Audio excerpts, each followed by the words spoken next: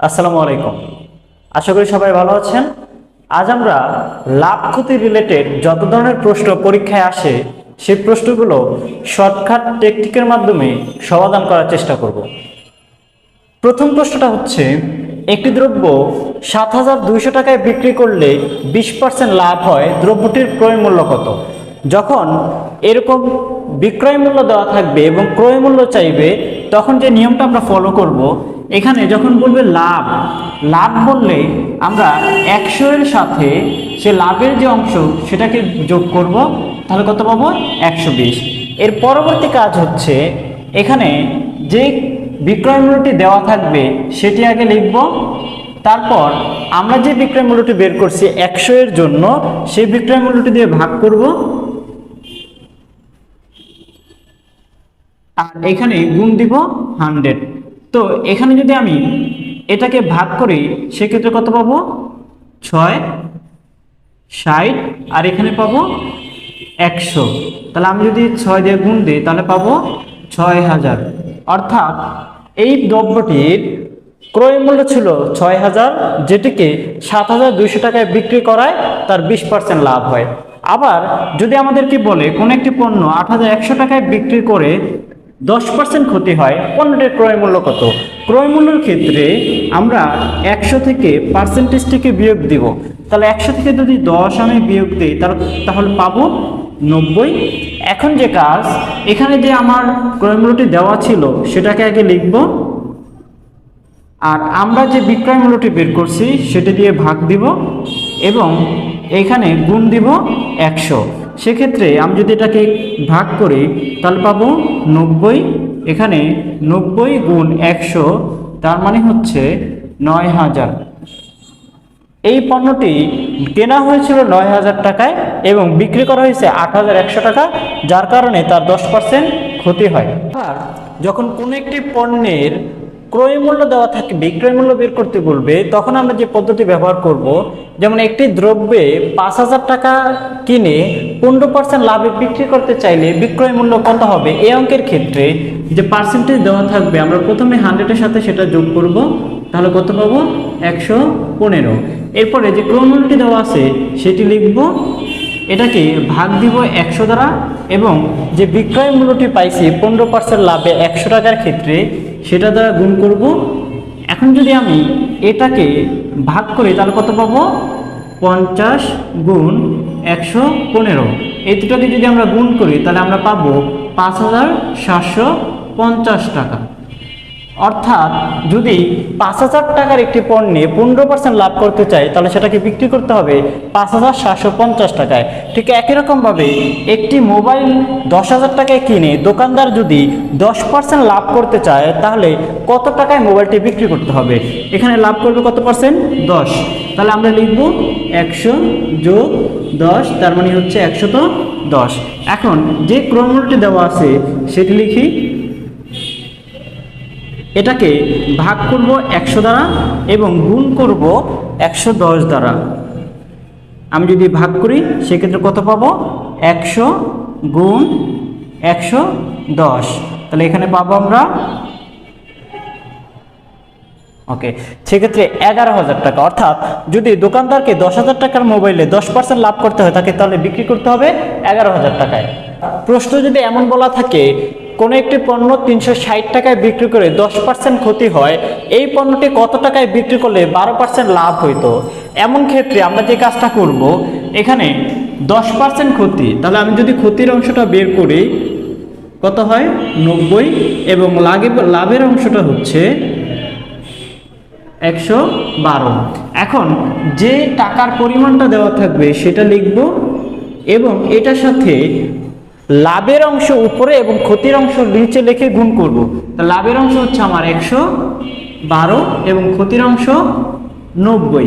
আমরা যদি এটাকে এটা দ্বারা ভাগ করি তাহলে কত পাবো? 4 ইন্টু ১১২ গুণ দিলে পাবো আমরা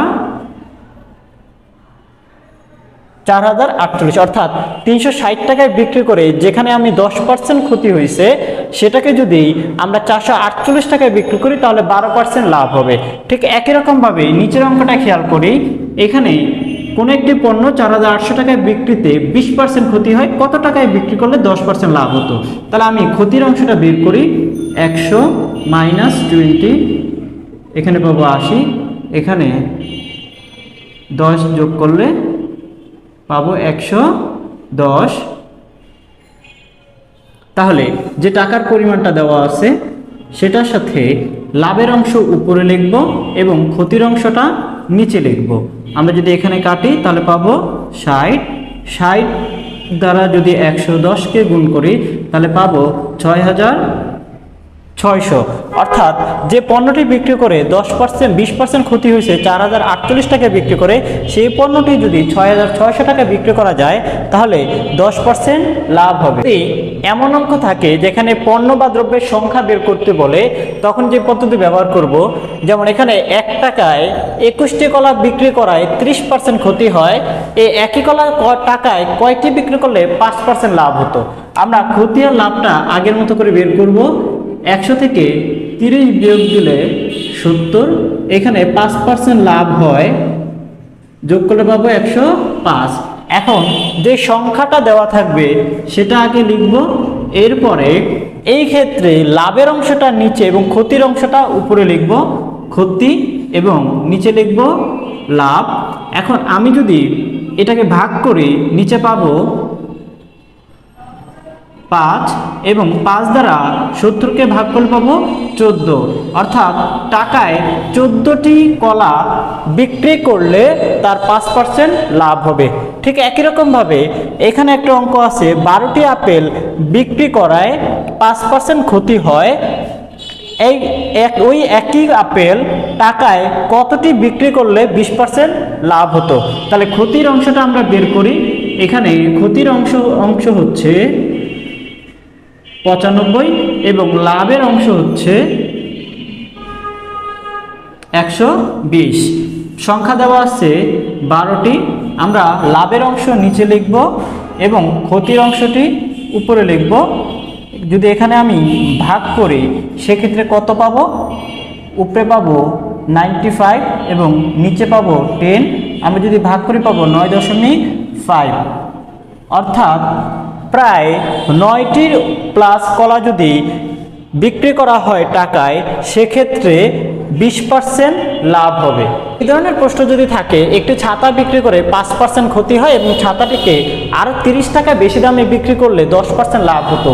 এই ধরনের অঙ্কের ক্ষেত্রে আমরা যে জিনিসটা করব, আমরা একটা জিনিস মনে রাখবো যে আগের দামে ক্ষতি, পরের দামে লাভ। ক্ষতি আর লাভ একটা আরেকটার বিপরীত, এই ধরনের থাকলে সেটাকে পার্সেন্টেজটাকে যোগ করব এবং যদি আগের দামেও লাভ পরের দামেও লাভ থাকে সেক্ষেত্রে পার্সেন্টেজটাকে আমরা বিয়োগ করব। এই অঙ্কের ক্ষেত্রে এখানে 5% ক্ষতি হয়, তাহলে ক্ষতিটা বের করি। ক্ষতি এবং লাভের যে পার্সেন্টেজ সেটা যদি আমরা যোগ করি তাহলে কত পাবো? 15।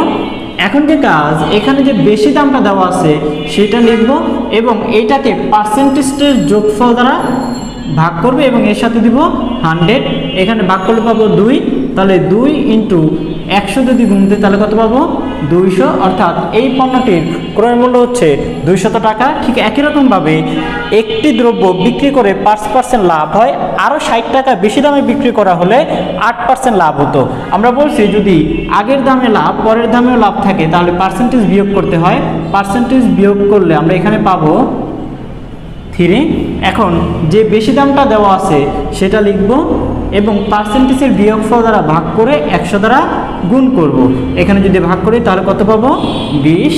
তাহলে 20 গুণ 100 গুণ করলে পাবো 2000 বা 2000। অর্থাৎ এই ক্ষেত্রে পণ্যটির ক্রয় মূল্য হচ্ছে 2000 টাকা। যারা সম্পূর্ণ ভিডিওটি দেখছেন আশা করি এই ধরনের অঙ্কে আর কোনো সমস্যা হবে না। এতক্ষণ সাথে থাকার জন্য অসংখ্য ধন্যবাদ।